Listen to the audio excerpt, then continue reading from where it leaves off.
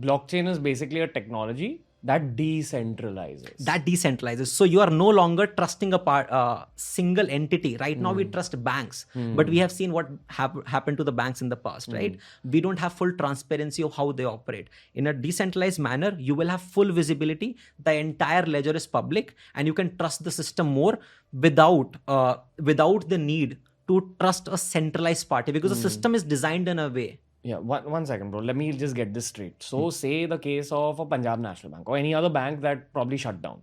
Now, if I put all my money into that Punjab National Bank, and every time I was trying to make a payment using a debit card from that bank, but it's shut down, it's going through a lot of shit, then your payment doesn't happen. Maybe you're going to, say, a Zara to purchase something, and I give that Punjab National Bank card or any other bank card which has it's going through a rough time. It may not work. It may not. Because of their flaw. Like Punjab National Bank messed up their management, or that particular bank messed up their work. And then your money and your spending power gets affected. Yes. So you're saying that blockchain will remove that gap between you and a Zara purchase. Yes. In order to do a transaction, you don't need a bank. You can directly transfer between two individuals. Now the money that we have, right? We trust someone that the money has value. But where did it come from, right? Where did the trust come from?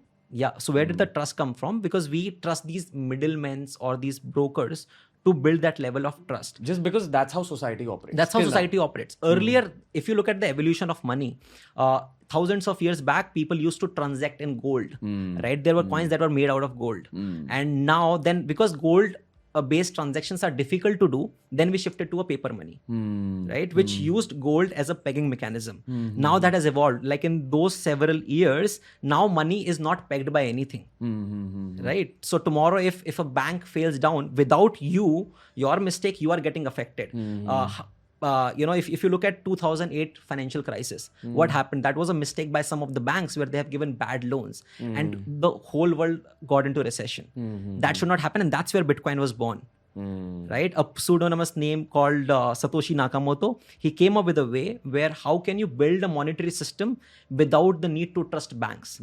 And you are sure that if you own certain Bitcoins, that completely belongs to you. It does not have need assurance from anyone else, from a centralized party. It is your own money that you have full control of. Now, 10 years, 20 years into the future, when Bitcoin and other cryptocurrencies are more common, if I want to buy your suit, I can pay you in Bitcoin and you'll be like, yeah, cool, I received it. And you'll give me your suit.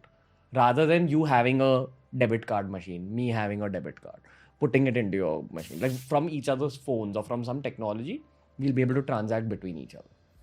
Yes, that can also happen. So there are various cases of crypto assets, right? So one, for example, Bitcoin is like an asset.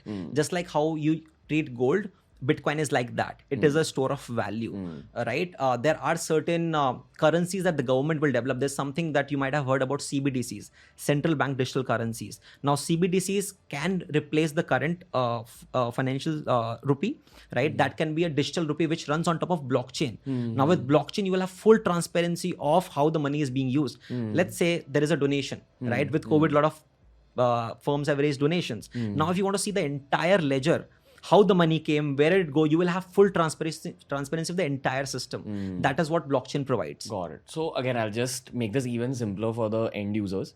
Basically, I've been consuming a lot of crypto content lately, and the understanding I got about blockchain was that I'm not saying the government, but higher authorities have a lot of layers. So when you are trying to, say, transfer money from India to Bangladesh, it has to go through many layers. But with blockchain coming in, you can skip all those layers that you're going through and just take the easy route from person A in India to person B in Bangladesh. Suppose I want to transfer money to Shakib Ul Hasan and I am sitting in Bombay. I'll just take Shakib Ul Hasan's ID and say, here, take the money.